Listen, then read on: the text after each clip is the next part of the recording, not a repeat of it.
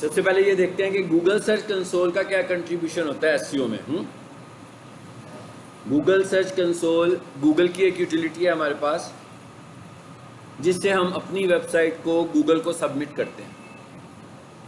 तो जब हम अपनी वेबसाइट गूगल के पास ले जाएंगे तो इसका मतलब क्या होगा कि गूगल अब हमारी वेबसाइट के एनालिसिस करता रहेगा और हमको ये पता लगता रहेगा, जैसे हमने कहा था ना कीवर्ड बनाना है, तो कीवर्ड बनाने में एक रोल सर्च कंसोल का भी था।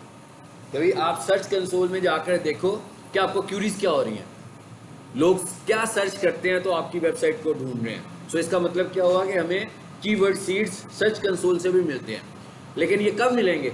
जब हमने अपनी वेबसाइट बनाते ही सबमिट करा दी होगी। फॉर एग्जांपल मैंने किसी से वेबसाइट डेवलप करवाई और साल गुजर गया लेकिन अभी तक सर्च कंसोल ही नहीं बना, तो इसका मतलब क्या हुआ? फिर तो कोई एनालिसिस ही नहीं हो रहा है आपकी वेबसाइट के। ये ऐसी है ना जैसे इस रूम में कैमरा लगाया जाए, तो जिस दिन कैमरा लगेगा उसी दिन से रिकॉर्डिंग शुरू होगी, उससे पहले की रिकॉर्डिंग्स तो हमारे पास नहीं होंगी। सेम इसी तरीके से जब हम अपनी वेबसाइट को सर्च कंसोल में सबमिट करेंगे तो सर्च कंसोल हमारी वेबसाइट के मुतल्लिक इन्फॉर्मेशन हमें प्रोवाइड करेगा। क्या प्रोवाइड करेगा?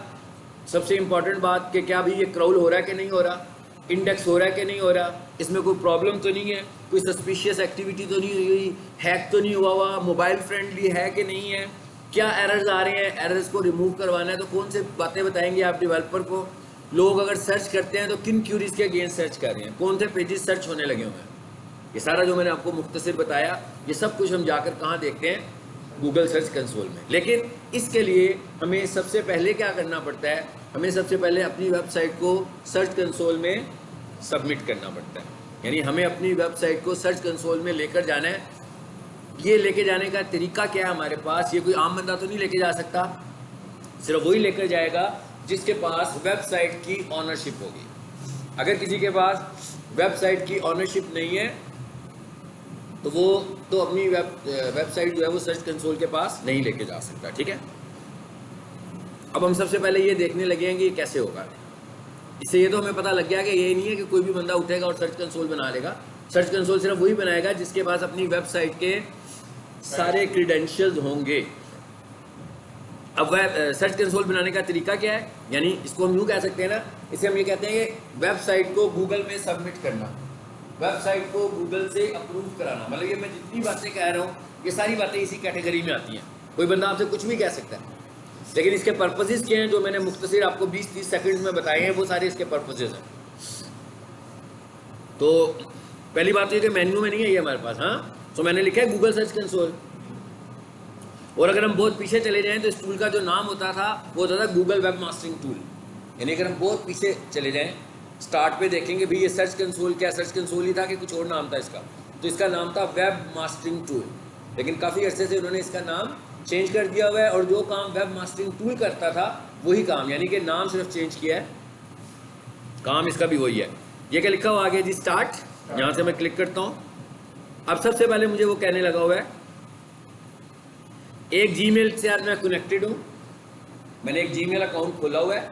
इसका मतलब क्या हुआ कि सर्च कंसोल बनाने के लिए आपको एक जीमेल अकाउंट की ज़रूरत है। फाइन, सबसे पहले तो हम जरा ये देख लेते हैं कि ये सर्च कंसोल बना हुआ है। क्या हमने सर्च कंसोल को पहले डिस्कस किया था कि नहीं किया? खोल के नहीं किया ना, ऐसे खोल के। ओके, तो इस वक्त मैंने अपना एक जीमेल अकाउंट खोला और ऊपर लिखा हुआ है गूगल सर्च कंसोल। तो इसका मतलब क्या हुआ कि मैं सर्च कंसोल में हूँ और राइट साइड पे मुझे मेरा ईमेल भी नज़र आ रहा है। इसका मतलब है कि इस ईमेल अकाउंट से मैं बना हुआ है। अब ये देखें ज़रा नीचे क्या आ रहा है, नीचे नंबर ऑफ वेबसाइट्स आ रही हैं। वो ये शो कर रहा है कि भाई कौन कौन सी वेबसाइट्स हैं जो आपने सर्च कंसोल में सबमिट की हुई है। ठीक है, अच्छा, इनमें कुछ पे लिखा हुआ है वेरीफाइड और कुछ पे लिखा हुआ है नॉन वेरीफाइड। ठीक है, वेरीफाइड तो नहीं लिखा हुआ, नॉन वेरीफाइड लिखा हुआ है। तो इसका मतलब क्या हुआ कि जो नॉन वेरीफाइड हैं मे भी वो मैंने पहले अप्रूव कराई हूँ, बाद में नॉन वेरीफाई करवा ली हूँ। अभी बताऊंगा कि नॉन वेरीफाई का मतलब क्या है। वेरीफाइड का क्या मतलब है कि वही सबमिट हो गई और गूगल ने एक्सेप्ट भी कर ली हुई है, इट्स मीन गूगल उसके एनालिसिस भी कर रहा है। तो इसमें सबसे ऊपर वही वेबसाइट है जिसका मैं अक्सर आपसे जिक्र करता हूँ, प्रोफेशनल किचन इक्विपमेंट, इसी को हम देखते हैं। अच्छा देखें यहाँ पर इस हाकाई भी शायद पड़ी हुई है, पड़ी है? हाँ, ये पड़ी हुई है। ओके, इसी के ऊपर हमने तजर्बा भी करना है। अब ये देखें ज़रा, ये राइट साइड पे क्या आ गया है? ये एनालिसिस की विंडो आ रही है सारी। ये दूसरे नंबर पर क्या लिखा हुआ है? परफॉर्मेंस। यहाँ से मैं परफॉर्मेंस पे आया, दिखा रहा है मुझे, कहता है भाई लास्ट 3 मंथ्स में क्या परफॉर्मेंस है, टोटल क्लिक्स। चलें एक काम करते हैं, इस पर अभी बाद में आते हैं, ज़रा बनाने का काम पहले कर लें, रह ना जाएगा। अब हम क्या करने जा रहे हैं, हम अपनी एक नई वेबसाइट को सर्च कंसोल के पास लेकर जाना चाहते हैं।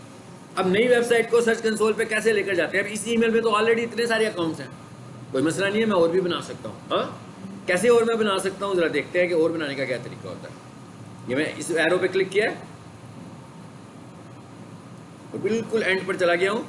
देखिए छोटा सा आपको कुछ नज़र आ रहा है, तो मुझे भी नज़र आ रहा है, ऐड प्रॉपर्टी का बटन बना हुआ है। इसका मतलब क्या हुआ कि सर्च कंसोल में आपकी websites as a property add होती है। ओके, ये जो न्यू स्टूडेंट्स हैं उनको ये टॉपिक समझ में आ जाना चाहिए, ठीक है ना। इस अभी मैं जो बताने जा रहा हूँ इसका कुछ भी ताल्लुक नहीं होगा पीछे वाले सिनेरियो से। मैं अब जो बता रहा हूँ इसका पीछे वाले सिनेरियो से कोई ताल्लुक नहीं है, ठीक है। तो इसका मतलब इनको ये समझ में आना चाहिए, बेशक इसको रिपीट करेंगे लेकिन इनको समझ आना चाहिए ज़रूर कि हम क्या बात कर रहे हैं। तो एक तो हमें ये पता लग गया कि सर्च कंसोल में जो हम वेबसाइट्स को ला रहे हैं इन्हें हम बोलते क्या हैं, प्रॉपर्टीज़, कि ये एक प्रॉपर्टी है। तो वो कहता है भाई नई प्रॉपर्टी ऐड करनी है तो इस पर क्लिक करो। अब फॉर एग्जांपल जब आप अपना सर्च कंसोल लाओगे, भाई मैं तो डिजिटल मार्केटिंग करता हूँ, मेरे पास डिफरेंट क्लाइंट्स हैं तो उनके आ रहे हैं ना सारे, तो आपके लिए तो कुछ एक ही होगी जो आपकी होगी और वो आप पहली दफ़ा बनाओगे। तो इसका मतलब क्या हुआ कि जब आप अपने जीमेल से पहली दफ़ा अपनी वेबसाइट का सर्च कंसोल बनाओगे तो वो जो एक्स्ट्रा विंडो आई है ना पहले, वो नहीं आएगी आपके पास, वो तो तब आएगी जब आपने सर्च कंसोल बनाया हो। यानी अगर आपका सर्च कंसोल बना हुआ है तो वो विंडो कब आनी है, तब आनी है। अगर आपका सर्च कंसोल नहीं बना होगा और आप सर्च कंसोल में आएंगे तो जैसे ही मैं सर्च कंसोल पे आऊँगा सीधा मैं इधर आऊँगा। हाँ देखिए आप लोग, आप सीधा इधर ही आएगा ना, मैं सीधा इसी जगह पर आए हैं। अच्छा यहाँ पर एक पे लिखा हुआ है डोमेन और एक पे लिखा हुआ है URL। इसका मतलब क्या हुआ कि ये 2 लेवल्स हैं जिससे हम लोग अप्रूव करवाते हैं अपनी वेबसाइट को, बताते हैं जाकर होस्टिंग को। अच्छा डोमेन लेवल का मतलब क्या हुआ कि डोमेन लेवल हम वेबसाइट सबमिट करना चाहते हैं। अब डोमेन लेवल की बात को समझने के लिए मेरे पुराने लेसन आपको समझ में आने चाहिए जिसमें मैंने कहा था कि भाई होस्टिंग खरीदते हैं, डोमेन खरीदते हैं। अब एक डोमेन जो है उसके अंदर बहुत सारी सब डोमेन्स बना लेते हैं। अब डोमेन तो एक ही है ना, उसके अंदर ही बन रही है।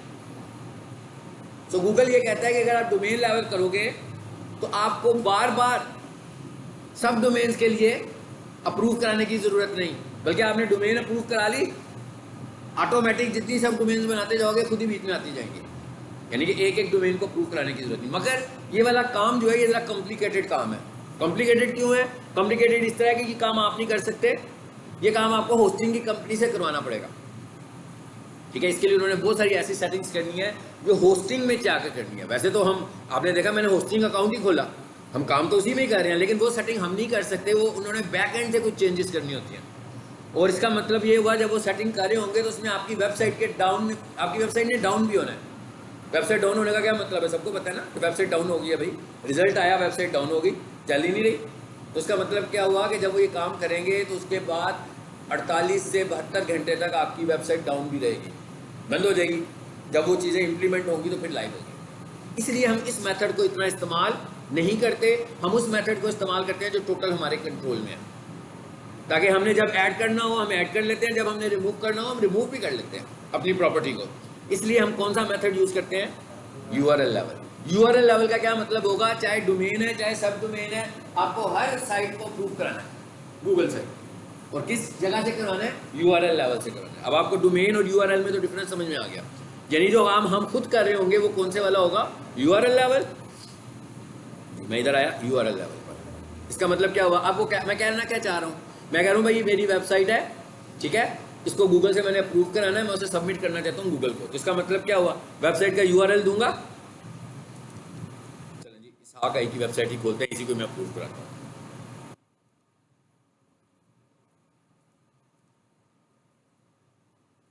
ये वेबसाइट का मैं URL कॉपी कर लेता हूँ, मैंने इसलिए किया कि कोई मिस्टेक ना हो। वेबसाइट का URL आ गया और उसके बाद मैंने आगे क्या करना है,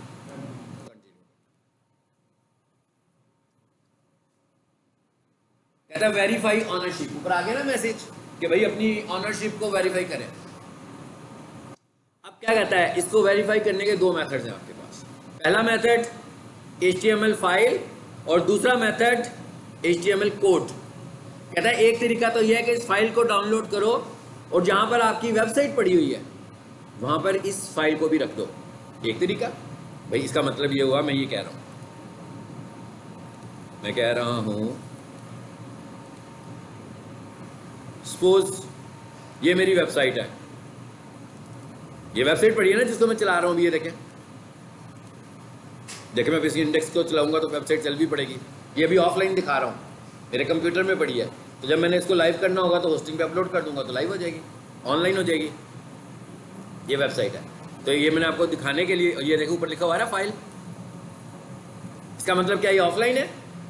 राइट विंडो पर आओ, लेफ्ट विंडो पर आओ, सॉरी, इसमें क्या बना हुआ है, लॉक, इसका मतलब ये ऑनलाइन है और SSL प्रोटेक्टेड भी है। मैं क्या, और SSL प्रोटेक्टेड भी है। वापिस आ जाते हैं, यानी कि ये हमें बात समझ में आ गई है वो क्या कह रहा है हमें। कहता है एक तो ये तरीका है, तो मतलब क्या, इस फाइल को मैं करूंगा डाउनलोड। दूसरा तरीका क्या है वो भी देख लेते हैं, पहले दूसरे तरीके को भी चेक करते हैं। क्या कहता है, HTML टैग, कहता है add a meta tag to your site home page. सारा मैसेज आ गया, क्या करो, कहता है भाई अपनी वेबसाइट के मेन जो पेज है आपका जिसके ऊपर ये लगा रहे हो, इंडेक्स की फाइल है ना वो index.html, कहता है उस फाइल के हेड पोर्शन में जाएं और इसे कॉपी करें और हेड में जाकर पेस्ट करें। इसका मतलब क्या हो, उस फाइल के अंदर पेस्ट करना है। एक तरीका ये वाला कि फाइल के कोड में पेस्ट कर दो, जैसे मेटा टैग लगा रहे थे, जैसे टाइटल टैग लगा रहे थे, जैसे फेविकॉन लगा रहे थे ना सब कुछ हेड में। वो कहता है इसको भी कॉपी करो, चलो इसको भी मैं कॉपी कर लेता हूँ। ये छोटा सा एक टैग है, ये देखें, ये सिंगल लाइन टैग एक नजर आ रहा है ना हमें।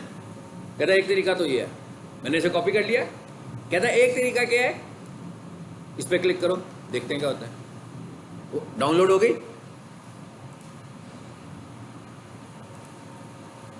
यही है। अच्छा एक काम करें, सबसे पहले तो इसके साथ भी देखें, वही बात हुई, 1 लिखा हुआ आ रहा है। आपको पता है ना इसका मतलब क्या है, मैंने बताया हुआ है ना कि जब एक ही फाइल की नंबर ऑफ कॉपीज ले रहे होते हो तो उसके आगे से कॉपीज बन रही होती है ना। याद रखिएगा ये 1 जो है ना, ये फाइल के नाम में शामिल हो गया ना। इसका मतलब गड़बड़ हो गई कि नहीं हुई। गूगल की एक और फाइल होगी, मैं G प्रेस करता हूं, देखते हैं।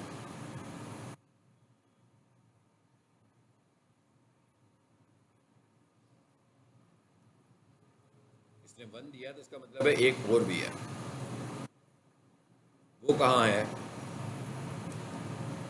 देखिए, इसका जरा जूम छोटा करते हैं। ये क्या लिखा हुआ है जी, डिटेल्स, डेट मॉडिफाइड, यहां से देख लेते हैं। जैसे ये लिखा हुआ है ना गूगल, इसका नाम यही होगा, देखें इस तरह का नाम होगा। इसको पहचानने का तरीका क्या है कि इसका इसी तरह का नाम होगा जैसा नाम अभी आपको नजर आ रहा है। तो अभी हम देखते हैं कि ये है कहां पर, जो वो कह रहा है मैं इसकी कॉपी बनाई है। किसी को नजर आएगा ना मुझे बता दीजिएगा। लगता है बहुत पहले की बनाई हुई है, कहीं पड़ी है।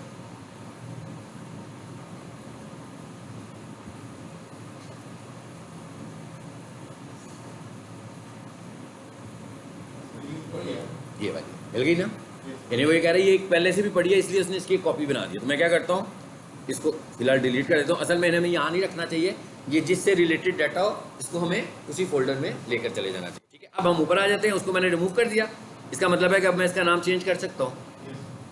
चेंज क्या करना है मैंने भाई, हल्का सा यही काम करना है ना सिर्फ। अच्छा ये देखें अभी चेंज नहीं हुआ, अभी नहीं चेंज हुआ। पता लग रहा है क्या नहीं हुआ, क्या रह गया, पता लग रहा है क्या रह गया। 1 तो मैंने रिमूव कर दिया, रह क्या गया पीछे, नहीं हाँ क्या सही बोल रहे हो, स्पेस रह गई है। स्पेस भी कैरेक्टर है, यही एरर लेकर आपने बैठे रहना है, आपसे ये एरर नहीं रिमूव होना। ये स्पेस है, स्पेस भी कैरेक्टर है। ठीक है, तो इसका मतलब है नाम चेंज है, फिर अभी भी चेंज है, उसके साथ एक एक्स्ट्रा स्पेस लगी हुई है, इसको भी रिमूव करना है। अब ठीक हुआ ना। अब मैंने क्या करना है, इस फाइल को अपलोड कर देना सिर्फ। ठीक है, आ जाते हैं हम जरा होस्टिंग में आते हैं ताकि आपको पता लगे होता कैसे है अगर होस्टिंग ने कोई प्रॉब्लम ना की क्रिएट तो। अब मैं ये अपनी होस्टिंग में आ गया। इसमें तो आप नहीं आ सकते ना भाई, जिसके पास होस्टिंग होगी ये प्रैक्टिस सिर्फ वही कर सकता है। जिसके पास होस्टिंग नहीं होगी, ऑनलाइन वेब होस्टिंग नहीं है, मतलब वेब होस्टिंग क्या होती है, जहाँ पर वेबसाइट को लाइव करते हैं। अभी आपको मैंने वेबसाइट दिखाई ना, उस पर लिखा था फाइल, इसका मतलब है मेरे कंप्यूटर से चल रही है। मैं कहता हूँ भाई इसको ऑनलाइन कर दो, जब बनवा लूँगा तो ऑनलाइन कर दूंगा ना, जब तक काम कर रहा हूँ ऑफलाइन रखूँगा। तो फिर मुझे क्या करना है, उसे अपलोड करना है। तो अपलोड करने के लिए मुझे क्या परचेज़ करनी है, होस्टिंग परचेज़ करनी है। तो इसका मतलब क्या हुआ कि ये प्रैक्टिस तो वही कर सकता है ना। मैंने आपको अपना गूगल ऐड अकाउंट दिया था ना, अब क्लाइंट की होस्टिंग तो नहीं दे सकता, ठीक है ना। तो इसकी प्रैक्टिस नहीं आप कर सकते, इसकी प्रैक्टिस को आपने मेरी वीडियो को ही देखना है, या फिर आपको होस्टिंग परचेज़ करनी है। अगर आप इसकी प्रैक्टिस करना चाहते हैं आप होस्टिंग परचेज़ कर सकते हैं, ठीक है, इसमें कोई मसला नहीं है। होस्टिंग सस्ती भी मिल जाती है, 4-5 हज़ार रुपये की भी मिल जाती है, ठीक है। सो अगर आपने परचेज़ करनी हो तो आप किसी से ऑनलाइन 2-3 स्टूडेंट्स मिलकर परचेज़ कर लो, 1000 का कंट्रीब्यूट करो, ठीक है। 4-5 स्टूडेंट मिल जाएंगे प्रैक्टिस करने के लिए, होस्टिंग लैब में आए, होस्टिंग खोलें, जो उसके साथ पंगे करनियाँ करें, ताकि आपको समझ में आ जाए कि होस्टिंग चलती कैसे है, ठीक है। चीज़ें रखें, डिलीट करें, फिर रखें, फिर डिलीट करें। मैं जो प्रैक्टिस करा रहा हूँ बार बार आप प्रैक्टिस ये वाली कर सकते हो, लेकिन इसके लिए आपको थोड़ी सी इन्वेस्टमेंट अब करनी पड़ेगी, ठीक है। लेकिन मुझे नहीं कहना होस्टिंग खरीद कर दें, होस्टिंग खुद खरीदिए आप। मैं डिजिटल मार्केटर हूँ ना, आप भी डिजिटल मार्केटर बन रहे हैं, तो इसका मतलब क्या होगा, अगर मैं होस्टिंग खरीदता हूँ तो आपको भी खरीदनी चाहिए ना, कि नहीं खरीदनी चाहिए, ठीक है। गूगल पर जाएं, बेस्ट होस्टिंग कंपनीज, उनसे पैकेज लें। अगर आपको सस्ती होस्टिंग खरीदनी है तो फेसबुक पर जाएं। फेसबुक पर जो लोग होस्टिंग बेच रहे होंगे ना, वो चीप रेट्स पे बेच रहे होंगे, तो वही लिखें best hosting companies in Lahore, इतने सारे आएंगे। तो देखिएगा बीच में कोई 4000 वाला भी आ जाएगा, कोई 5 वाला भी होगा, कोई 8 वाला भी होगा। तो समझें, क्योंकि ये आपको समझना, ये आपके समझने से रिलेटेड टॉपिक है। मतलब आपको ये सारे काम करने हैं तो क्लाइंट आपको ये भी कह सकता है कि भाई मुझे होस्टिंग परचेज कर दो। तो ये तो नहीं कहा मेरे पास आएंगे, या आप कहेंगे नहीं यार मैं होस्टिंग नहीं परचेज कर सकता, मैं तो एसईओ करूँगा सिर्फ। तो ये it is also a part of your course कि आपको ये काम करना आना चाहिए। तो इसके लिए क्या करनी है भाई, इसके लिए तो भाई बाजार जाना है ना, दही लेने जाना है, तो बाजार जाओगे, खरीद लोगे जाकर, इसमें कौन सी मुश्किल बात है। कोई चीज़ खरीदनी है हमें, सिर्फ चीज़ खरीदने के लिए जो चीज़ आपको चाहिए। आप लोग फेसबुक से कितना कुछ खरीदते हो, खरीदते हैं ना ऑनलाइन, इंटरनेट से कितना कुछ ऑर्डर करते हो प्रोडक्ट्स का, घर में आ जाती हैं ऑनलाइन चीज़ें, पैसे पे कर देते हो। इसी तरह ये डाटा आपको कलेक्ट करना है सारा, कि कैसे होगा। लेकिन उससे पहले एक प्लान बनाएं कि भाई 4 स्टूडेंट दोस्त जो हैं ग्रुप बनाएं कि भाई हम मिलकर खरीद लेते हैं, और इस दिन लैब में आकर, क्योंकि अब जब खोलोगे तो यूज़र नेम पासवर्ड तो एक ही होगा ना, तो फिर उसको मिल के उस पर काम करें सारे, ठीक है। किसी एक के पास ऑनरशिप नहीं जानी चाहिए, फिर सबके पास ऑनरशिप हो ना।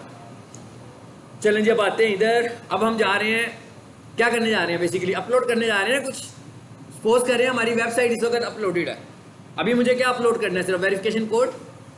इस वक्त मुझे क्या अपलोड करना है, सिर्फ वेरिफिकेशन कोड। कहाँ होना है ज़रा देखते हैं। मैं नीचे आ रहा हूँ, यहाँ पर लिखा होगा फाइल मैनेजर, देख लीजिएगा, आएगा तो मुझे बता दीजिएगा। ये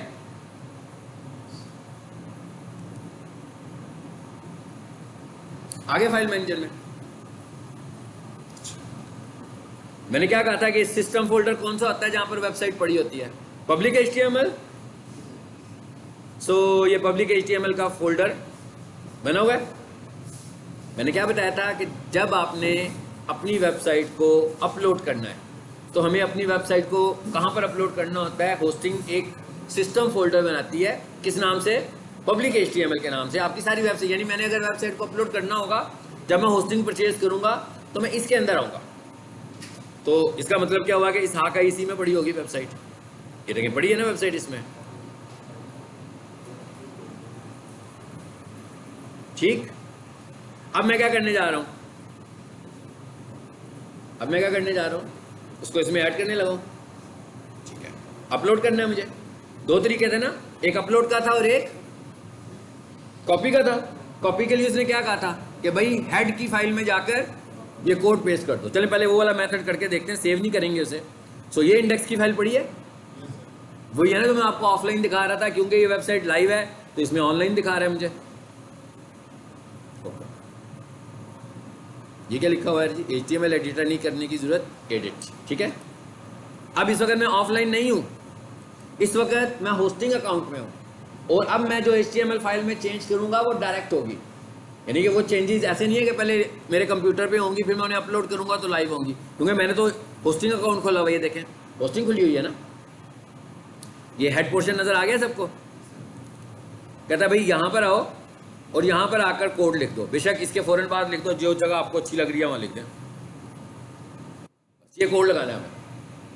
ये है, मतलब ये है सिर्फ कोड से वेरीफाई करने का तरीका। अभी मैं इसको सेव करूँगा और वेरीफाई करूँगा तो वेरीफाई हो जाएगी, लेकिन ये किससे वेरीफाई तरीका है, कोड से। मैं कहा दोनों तरीके आपको पता लग जाए, इसलिए मैं इससे वेरीफाई नहीं करा रहा। अदरवाइज दोनों में से एक ही तरीका यूज करना है ना जिसमें आप कंफर्टेबल होंगे। कोड से करवानी होगी तो यहाँ लाकर कोड पेस्ट कर दो। किस पोर्शन में? हेड पोर्शन में। किस फाइल में? इंडेक्स की फाइल में। ठीक है। अब वो दूसरा तरीका क्या बता रहा है, हम इसे क्लोज करें, इसे क्लोज कीजिए। अब क्या कहता है? कहता है भाई ये वेबसाइट पड़ी है, जहाँ पर इंडेक्स की फाइल पड़ी है ना वहीं पर इसको भी अपलोड कर दो। मतलब एक क्या काम करो, चेक करो यहाँ पर पहले से तो नहीं है, उस नाम की फाइल कोई पहले तो नहीं पड़ी, नहीं है ना, इसका मतलब क्या हुआ? वेरीफाई नहीं है। और फॉर एग्जाम्पल पड़ी होती तो मुझे कोड ना देता, फिर मैं गूगल सर्च कंसोल में गया हूँ ना कोड लेने, फिर तो उसने मुझे कोड नहीं देना था, फिर तो उसने कहना था भाई वेरीफाइड, पहले से ही वेरीफाई है आपकी वेबसाइट। ठीक है। सो अब क्या करें? ये क्या लिखा हुआ है? अपलोड। यहां से अपलोड पे जाएं।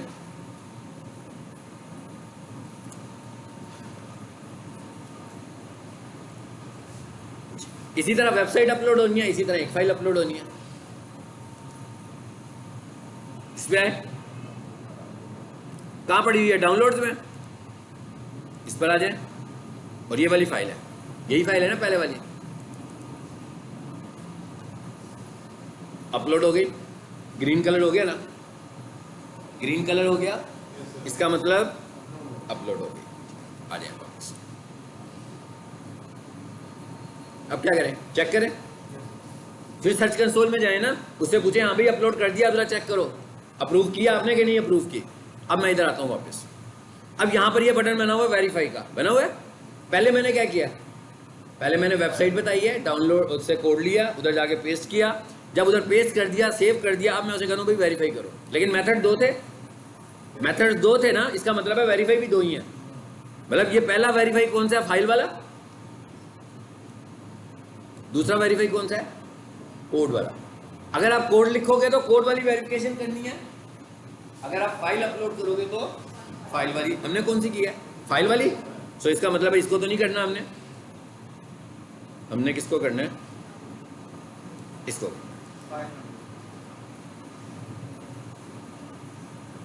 क्या हुआ? Ownership verified. अब क्या हुआ? अब इसहाक आई की जो वेबसाइट है, अब इसहाक आई की वेबसाइट सर्च कंसोल में आ गई है। कहता है गो टू प्रॉपर्टी। ये था तरीका कि हम किस तरह से वेबसाइट को ऐड करते हैं, हम किस तरीके से वेबसाइट को ऐड करते हैं गूगल सर्च कंसोल में।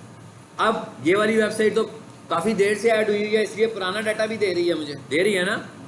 देखते हैं जरा कितना पुराना दे रही है। परफॉर्मेंस पे आकर देखो,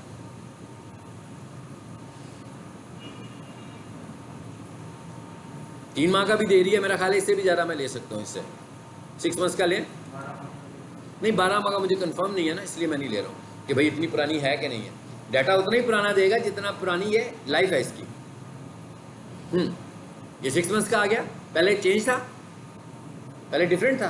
ओके, अब 12 मंथ भी करके देखते हैं, पता लग जाएगा कि पिछले 12 मंथ 6 महीने से ज़्यादा की है कि पुरानी है, ज़्यादा की है। ठीक है। अब ये देखिए, अब मुझे पता लग गया कि पिछले 12 महीनों में, यानी पिछले 1 साल में, ये क्या कर रहे हैं यार, मोबाइल ना करो ये। अच्छा देख रहे हो, ये क्या चीज़ देख रहे हो? क्या चीज़ देख रहे हो? अच्छा ठीक है। क्या लिखा हुआ है जी? 928 क्लिक्स। अब ये मुझे एनालिसिस दिखा रहा है, कहता है भाई पिछले 1 साल में तकरीबन 1000 क्लिक्स हुए हैं इस पर। ऑर्गेनिक, पेड की बात नहीं हो रही, गूगल ऐड नहीं चलाया हमने, ये गूगल ऐड तो नहीं बता रहा मुझे, ये मुझे ऑर्गेनिक रिजल्ट्स दिखा रहा है। उसके बाद क्या कहता है? Total impression 113K। ठीक है, 1 साल में इतने इंप्रेशंस लगे हैं। उसके बाद क्या कहता है? एवरेज क्लिक थ्रू रेट क्या है जी इसका? 0.8 अबाउट 1। और एवरेज पोजीशन क्या है? 15। इसका मतलब क्या हुआ? 15वीं पोजीशन। मतलब एक कीवर्ड की बात नहीं कर रहा, बात कर रहा है सारे कीवर्ड्स की। इन सब कीवर्ड्स के ऊपर ये हमें रिजल्ट दिखा रहा है।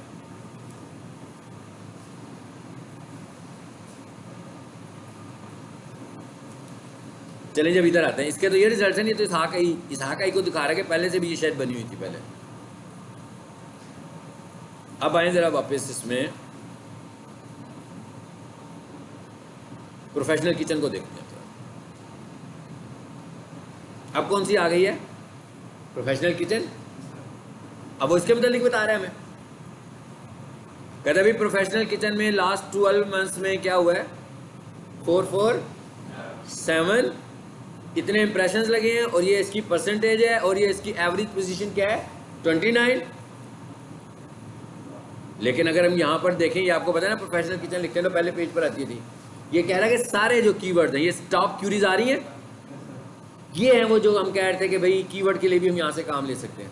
मगर अगर ये बना होगा तो ही ले सकते हैं ना, अगर हम बनाया ही नहीं किसी ने, आपने एसईओ जब पकड़िया तो उस दिन आप क्रिएट कर रहे हैं तो ये डाटा तो नहीं आएगा।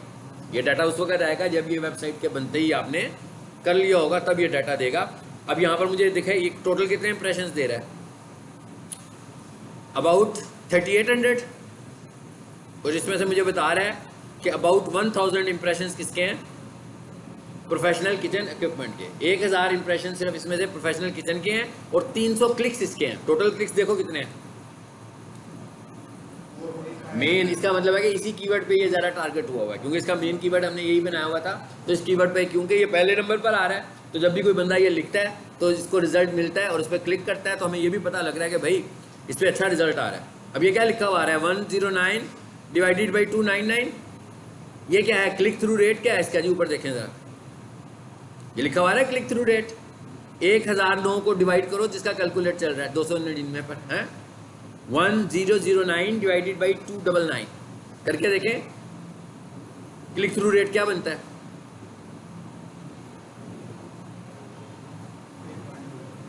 जी हाँ, क्या बनता है 0.7 या 100 मल्टीप्लाई परसेंटेज निकालो ना, 100 के साथ मल्टीप्लाई करो ना, परसेंटेज कैलकुलेट कर रहे हैं ना। इंप्रेशंस डिवाइडेड बाय क्लिक्स क्या आया, मल्टीप्लाई 100, क्या आया आंसर,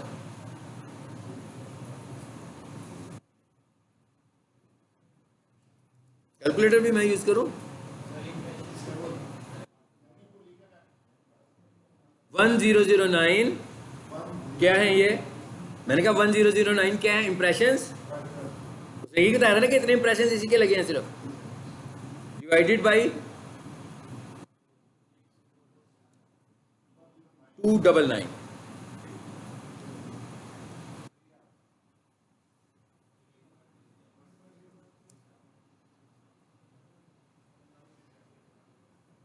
नहीं उल्टा हो गया शायद फिर हमारा, थोड़ा सा हमने फॉर्मूला गलत कर दिया। अब क्या आ रहा है,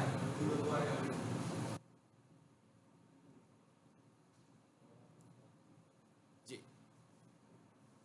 ये तो नहीं आना चाहिए ना भाई, ये तो टोटल आ रहा है ना, मैं कह ये टोटल आ रहा है हमारे पास।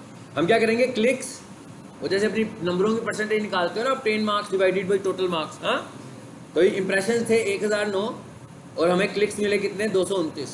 तो ये कह रहा है कि इस कीवर्ड के ऊपर तकरीबन आपको 23% क्लिक थ्रू रेट मिल रहा है। इस कीवर्ड के ऊपर टोटल जितना क्लिक थ्रू रेट मिल रहा है ना वो 12 है, वो बाकी के कीवर्ड्स भी तो शामिल है ना उसमें, लेकिन अभी मैंने ये देखा कि इस कीवर्ड पे हमारा क्लिक थ्रू रेट कितना ज़्यादा है बाकी कीवर्ड्स की निस्बत। ठीक है, सो अब हमें ये भी पता लग गया कि CTR का फार्मूला क्या है।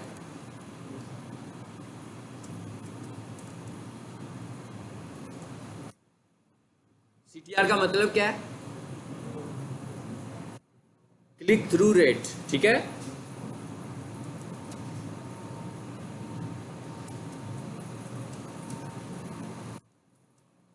ये clicks divided by impressions multiply 100।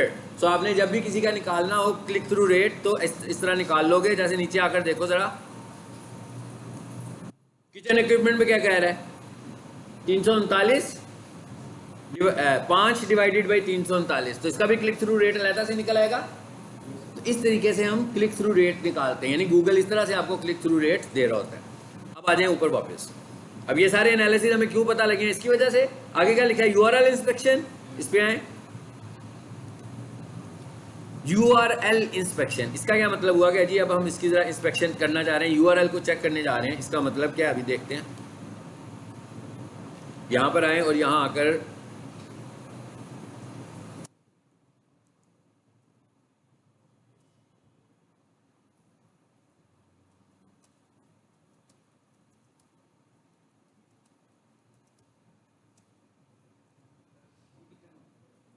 गलत लिखा गया मुझसे, इसलिए मैं यहाँ से आके लिखता हूँ तो भाई मुझे URL दे दे तो अच्छी बात है। ये एड्स आ रहे हैं ऊपर और ये आ गई है वो वाली है वेबसाइट। ये लास्ट 28 डेज का रिजल्ट भी दिखा रहा है। ये सर्च कंसोल की वजह से ही दिखा रहा है क्योंकि उसी अकाउंट में मैं इस वक्त हूँ जिसमें सर्च कंसोल बना हुआ है, तो इस वजह से दिखा रहा है। ये वेबसाइट है, इस पर क्लिक कीजिए। अब इसको मैं यहाँ से कॉपी कर लेता हूँ और जाके यहाँ पेस्ट करता हूँ।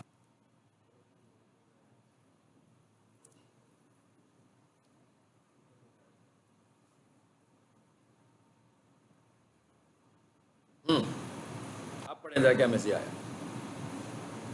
कहता है कुछ इशू चल रहा है इसके साथ। हाँ, कहता है it can appear in Google research if not subject to a manual action or removal request, however some issue prevent। देखें जी क्या इशू है। अच्छा हुआ आपको पता भी लग गया। क्या लिखा हुआ आ रहा है, मोबाइल यूजेबिलिटी इशू आ रहा है इसके साथ, ठीक है। और ये अभी आना शुरू हुआ है, फौरी तौर पर अभी आ रहा है कुछ। यही कहा था ना आपको मैंने। क्या लिखा हुआ, text too small to read, clickable elements too close together. इसका मतलब क्या हुआ भाई कि उसको डेवलपर को मैं कहूँगा तो वो मुझे बताएगा, कहेगा कि भैया आपकी जो वो चीज़ ना करीब करीब है।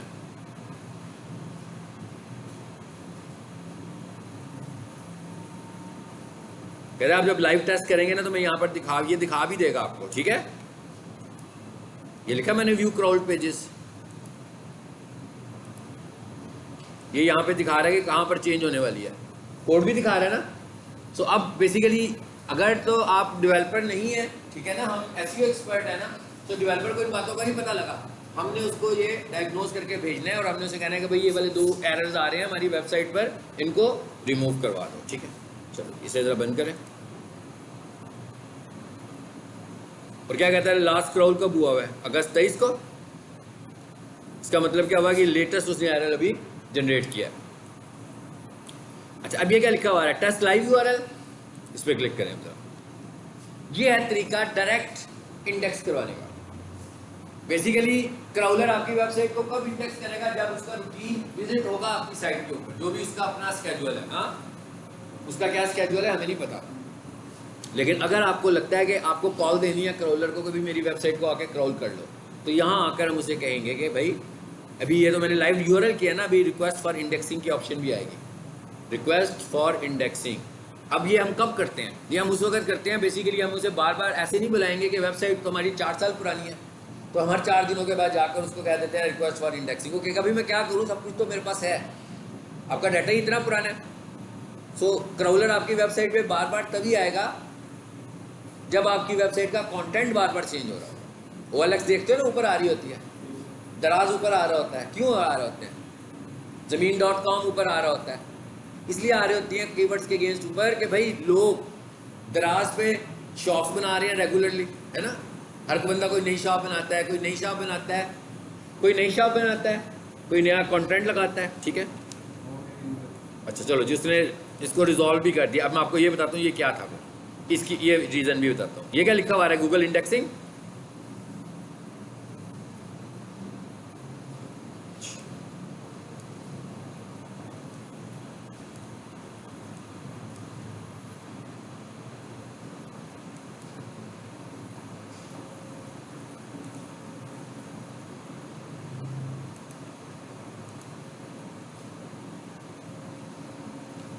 मैंने दोबारा से किया जी। ये क्या लिखा हुआ है, रिक्वेस्ट इंडेक्सिंग।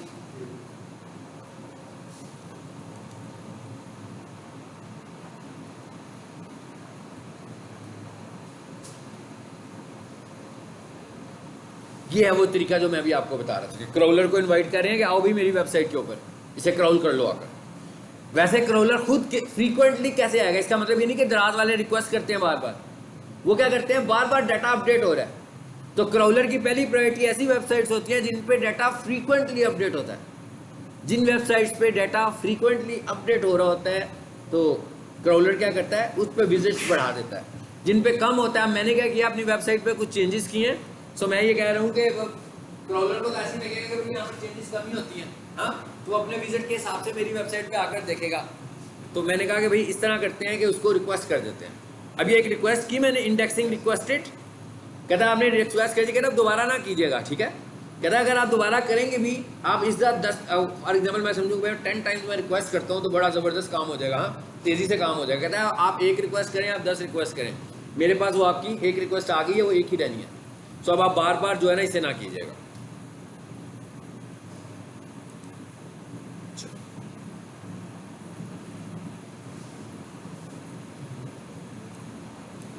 एक तो हमें ये वाले इश्यूज हल करने होंगे।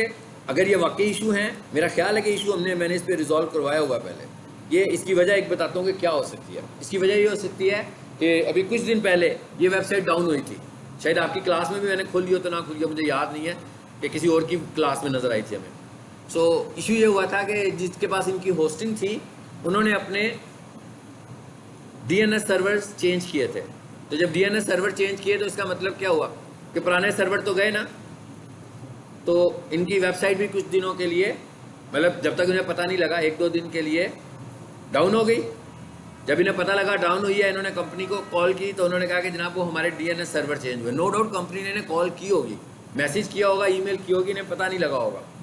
फिर इन्होंने, अब आप ये देखें क्या दिया ना, उसने ठीक कर दिया। इसका मतलब क्या हुआ कि गूगल ने क्या किया है, पुराना डाटा पिक किया है। तो जैसे ही मैंने इसको रिक्वेस्ट करवाया तो उसने वो सब ठीक कर दिया। चलो ये अब आगे देखें।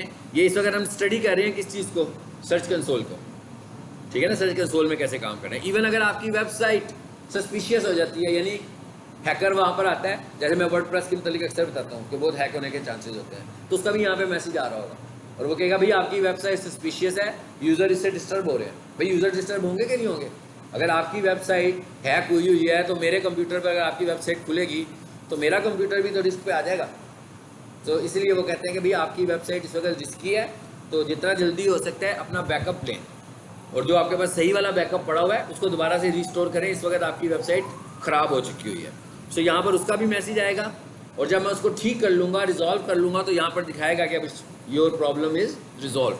सो मुझे कहना पड़ेगा ये, यहाँ कर भी ये कहना पड़ेगा कि मिसाल के तौर प्रॉब्लम मैंने रिजॉल्व तो कर लिया ना वेबसाइट पर, गूगल को मुझे बताना पड़ेगा कि मैंने रिजॉल्व कर लिया।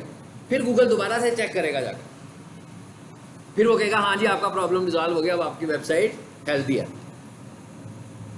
पेजेस कह रहा है एक पेज इंडेक्स हो रहा है आपका, एक ही को हम करवा रहे हैं, कौन से नहीं हो रहे, जरा इस पर क्लिक करके देख लें।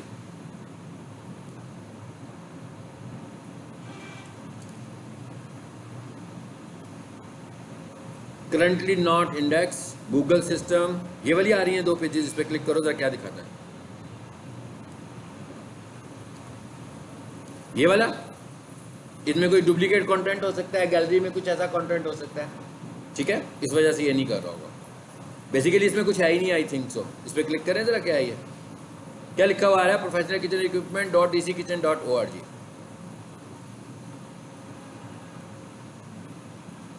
इसे कॉपी करो URL को, यहाँ लाके पेस्ट करें। वजह बताता हूँ मैं आपको ना क्या है। कॉपी, ये कॉपी कंटेंट है। किसका कॉपी कंटेंट है? DC किचन का कॉपी कंटेंट है। तो इस वजह से वो इसको नहीं कर रहा।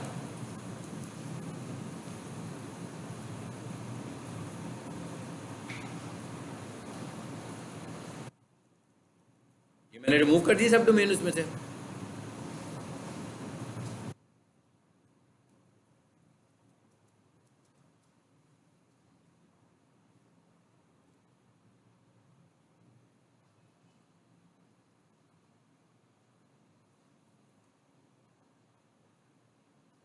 इस वेबसाइट के तो हालात ख़राब ही हैं।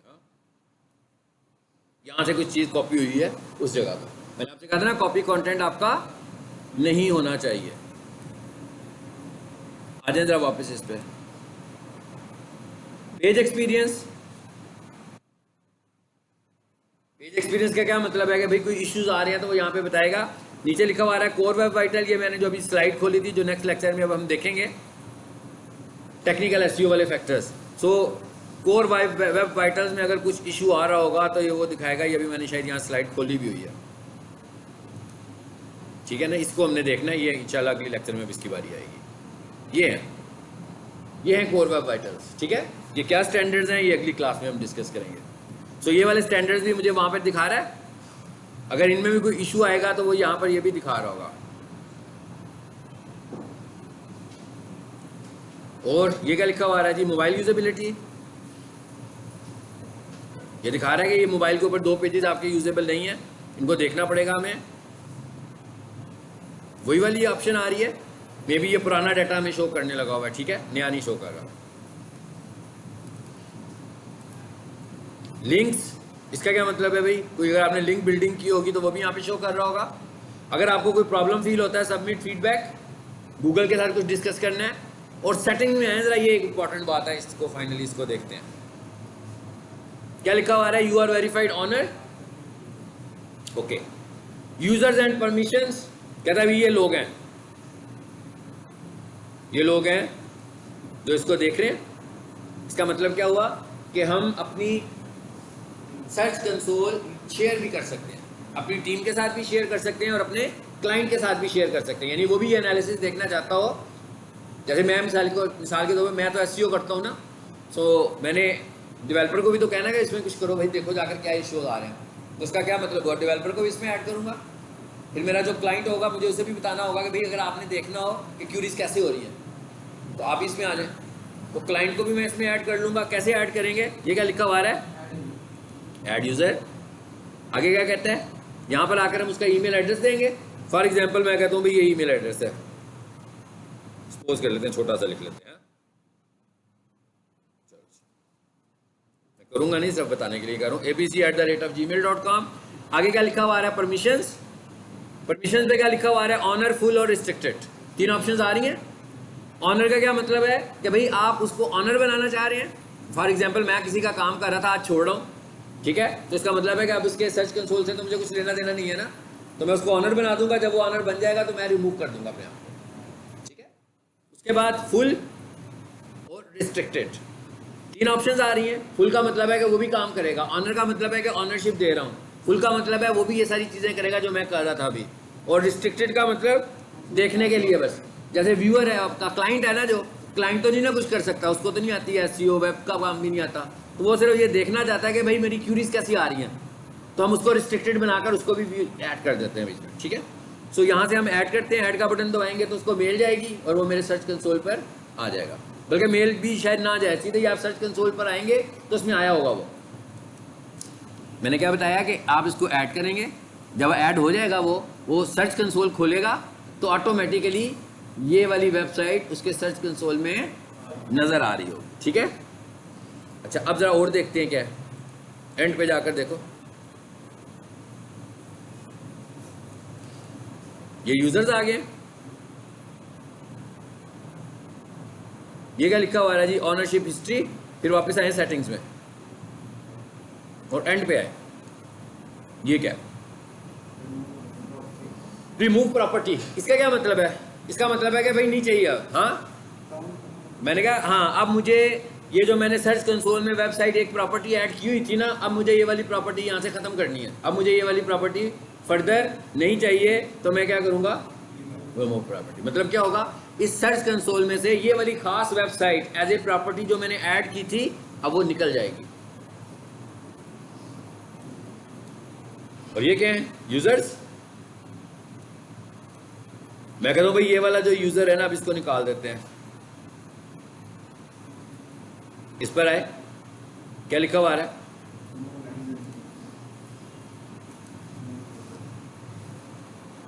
निकल गया एक, देखिए यूजर, ये मेरा अकाउंट आ रहा है, ऑनर वेरीफाइड। इसका क्या मतलब है कि भाई ये वो वाला अकाउंट है जिधर से मैंने वेरिफिकेशन करवाने लगा हूँ, इसको जो मैंने खुद ऑनर बनाया हुआ है और इसको भी मैंने खुद ऑनर बनाया हुआ है। चले इनमें से भी किसी एक को निकाल देते हैं। और ये चेंज परमिशन का क्या मतलब है, उसकी परमिशंस को चेंज करना है आपको, ये भी निकल गया। तो ये हमारा सर्च कंसोल कंप्लीट हो गया।